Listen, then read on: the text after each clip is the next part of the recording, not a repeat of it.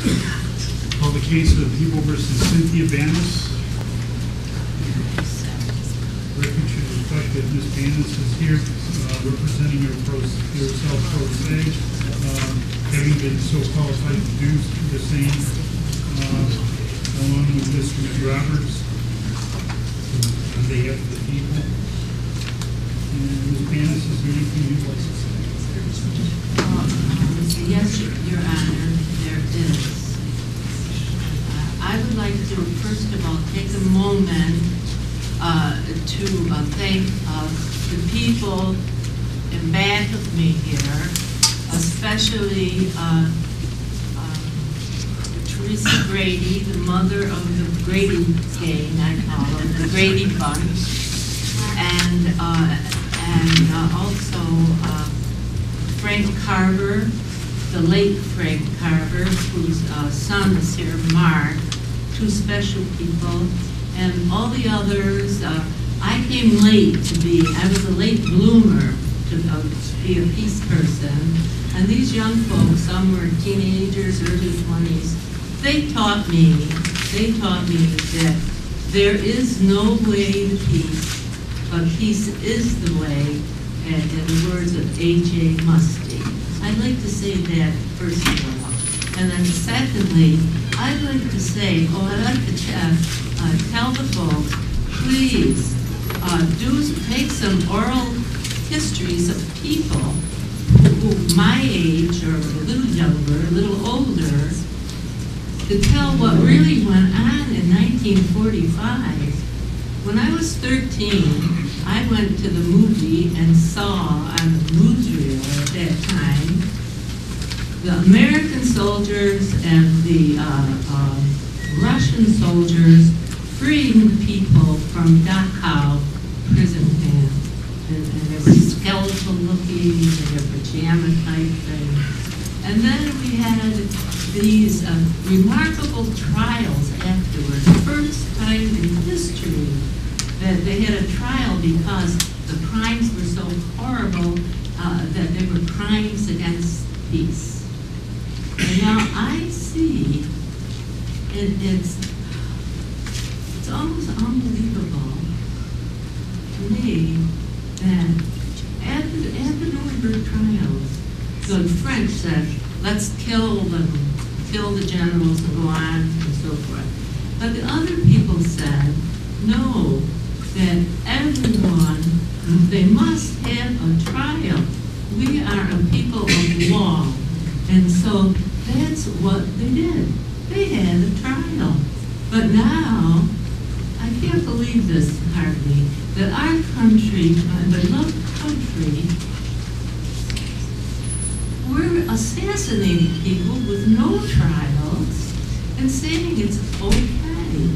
Now, I just have, before the Nuremberg trials came about, there were the Nuremberg laws, which the German judges in the government decided that the Jewish people were no good, we're going to kill them in the crematoriums. That was it. And then because they did that, then we had the Nuremberg trial, and from the Nuremberg trial came the Nuremberg principles, and every person, no matter how awful, is entitled to a trial. So I think that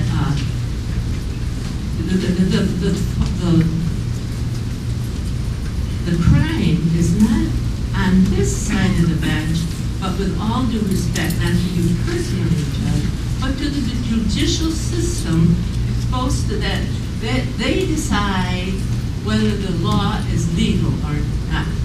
And it certainly is not legal for us to be going, the Nazis used to have aggressive wars. They actually had Lebensraum. They took over Poland, they took over Austria, they took over these lands. We're doing the same thing. We're not, we want to, we say it's for national interest. We go to these other countries, take their oil and everything. To have and to destroy this country, Iraq, with a million people killed and those little kids, 500,000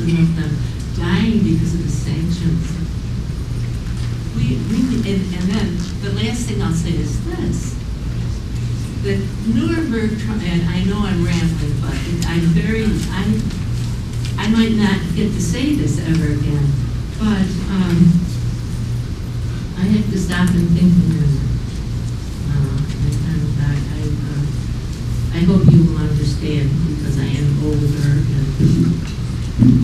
and it takes me longer to think now anyway. But there's something wrong here that we just can't keep on doing what we're doing.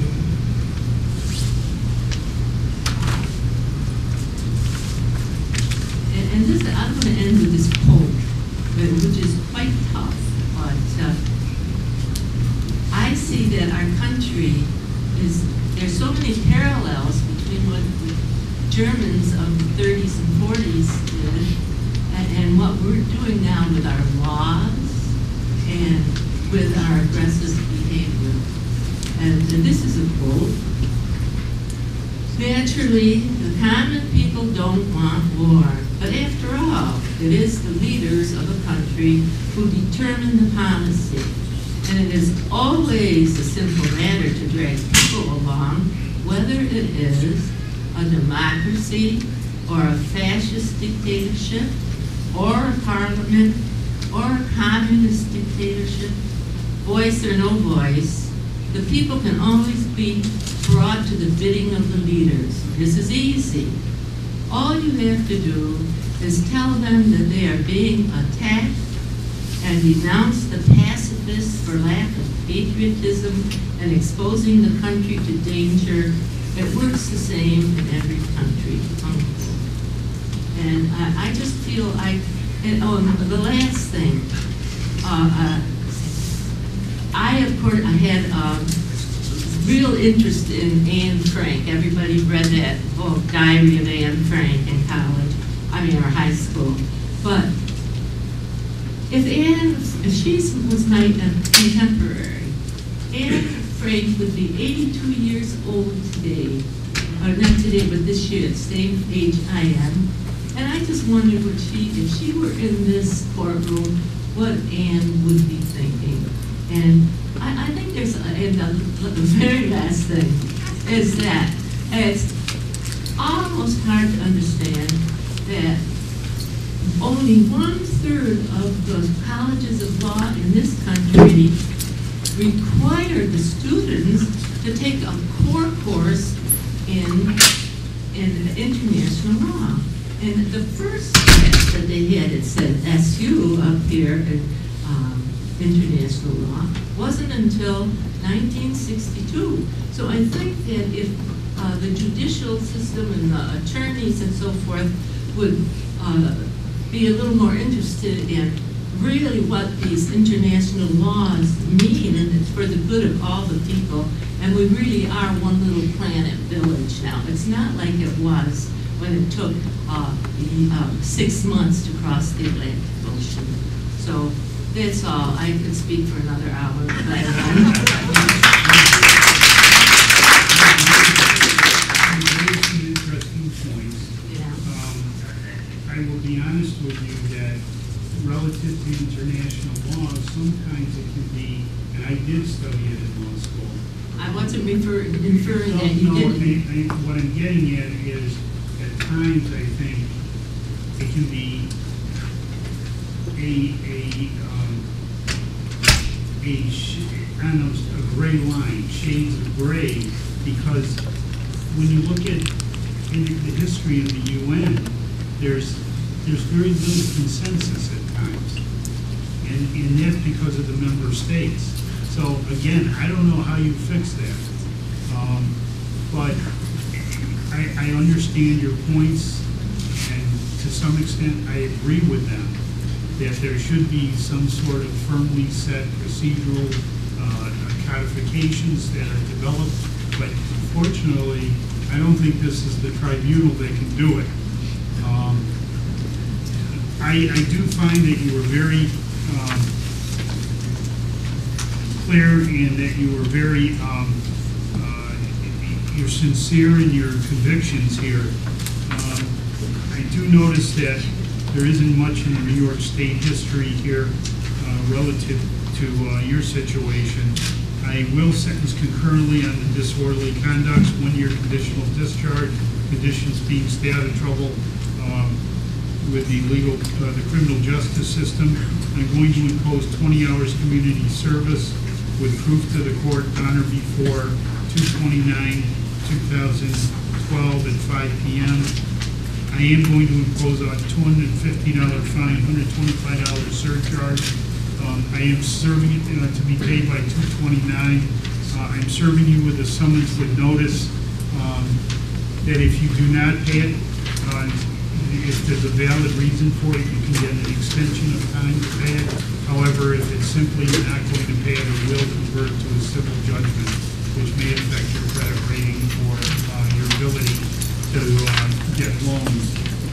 You do have a right to appeal the sentence and judgment in this court. If you wish to do so, you have to file a notice of appeal in duplicate with the court office here. If you need that form, it is available on the New York State Court website. Additionally, if you cannot find it, the court clerks here do have the forms for the notices of appeal. That'll conclude this matter. Well, I'd like to say, if I may have your permission to do so,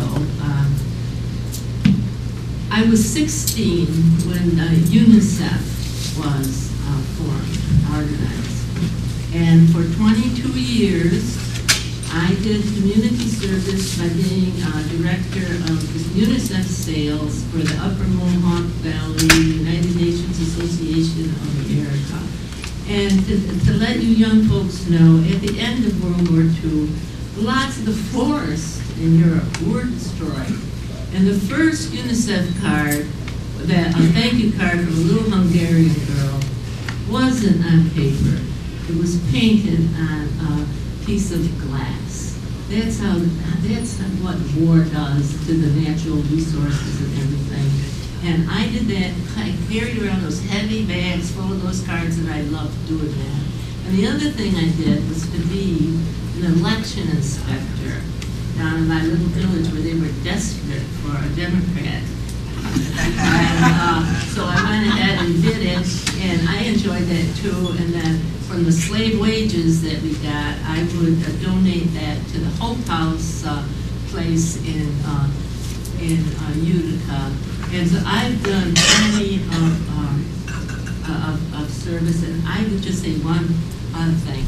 Our world doesn't need one more bullet. We need to help each other. And if this planet, the only one that has water and air, is going to survive.